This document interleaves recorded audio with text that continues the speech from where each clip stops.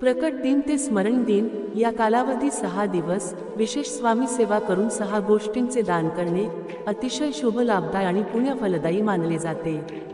शनिवारी 26 एप्रिल 2025 रोजी श्री स्वामी समर्थ महाराजांचा स्मरण दिन आहे।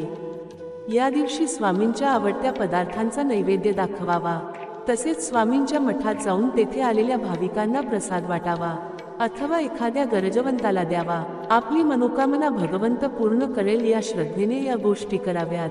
श्री स्वामींच्या प्रकट दिनानंतर येणाऱ्या हिंदू नववर्षाच्या पहिल्या गुरुवारी पिवळ्या वस्त्राचे दान करा। दुसऱ्या गुरुवारी पिवळे पेढे दान करावेत। तिसऱ्या गुरुवारी पिवळी फुले स्वामींना वाहावीत। चौथ्या गुरुवारी गूळ, चणे आणि फुटाणे यांचा नैवेद्य दाखवावा। प्रकट दिन ते स्मरण दिन अशी करा स्वामी सेवा। 6 दिवस 6 गोष्टी दान द्या, वर्षभर सुख लाभेल। 31 मार्च 2025 रोजी श्री स्वामी समर्थ महाराज प्रकट दिन आहे, तर 26 एप्रिल 2025 रोजी स्वामी समर्थ महाराजांचा स्मरण दिन आहे। त्यामुळे संपूर्ण महिनाभर स्वामींच्या कृपेचा वर्षाव होणार आहे। स्वामींनी अनेकांना विविध रूपात दर्शन देऊन प्रत्यक्ष अनुभूती दिली। श्री स्वामी समर्थ या नावाचा नामोच्चार केला तरी एक विश्वास, चैतन्य आणि आनंद मिळतो। अक्कलकोट तर स्वामी भक्तांसाठी पंढरी मानली जाते।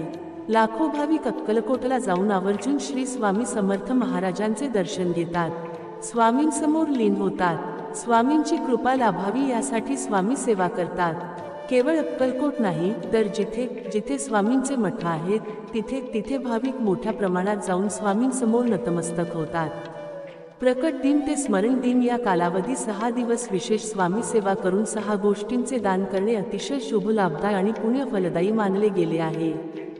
समस्या संपत नाही, अडचणी थांबत नाहीत, संकटातून बाहेर पडण्याचा मार्ग सापडत नाही, कठोर मेहनत आणि परिश्रम घेऊनही काहीच होत नाही, अशी जेव्हा भावावस्था होते तेव्हा स्वामींची कृपा व्हावी अशी आशा अनेक जण मनाशी लावून धरतात। स्वामींच्या प्रकट दिन ते स्मरण दिन विशेष सेवा केल्यास स्वामींचे शुभाशीर्वाद प्राप्त होऊ शकतात, स्वामींची अखंड कृपा लाभू शकते।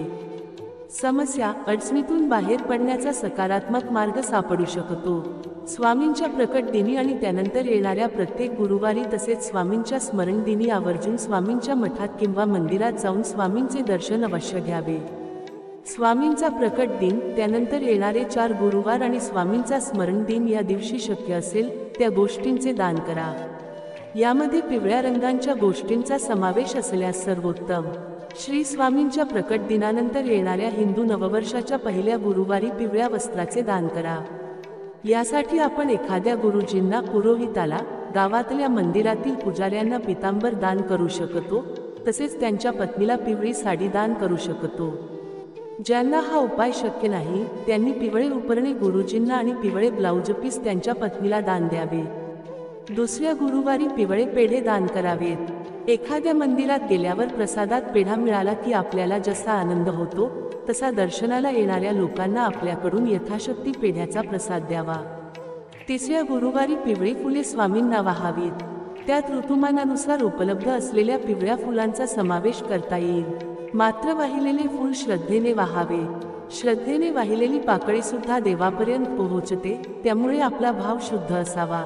चौथ्या गुरुवारी गूळ, चणे आणि फुटाणे यांचा नैवेद्य दाखवावा। प्रसाद म्हणून तो मंदिरात आलेल्या भाविकांना वाटावा। यथाशक्ती दानपेटीत गुप्त दान करावे। आपण सतत देण्याचा विचार करत असतो, मात्र या उपायांनी आपलीही देण्याची वृत्ती वाढते आणि आपण देवाच्या सन्निधी पोहोचतो। श्री स्वामी समर्थ।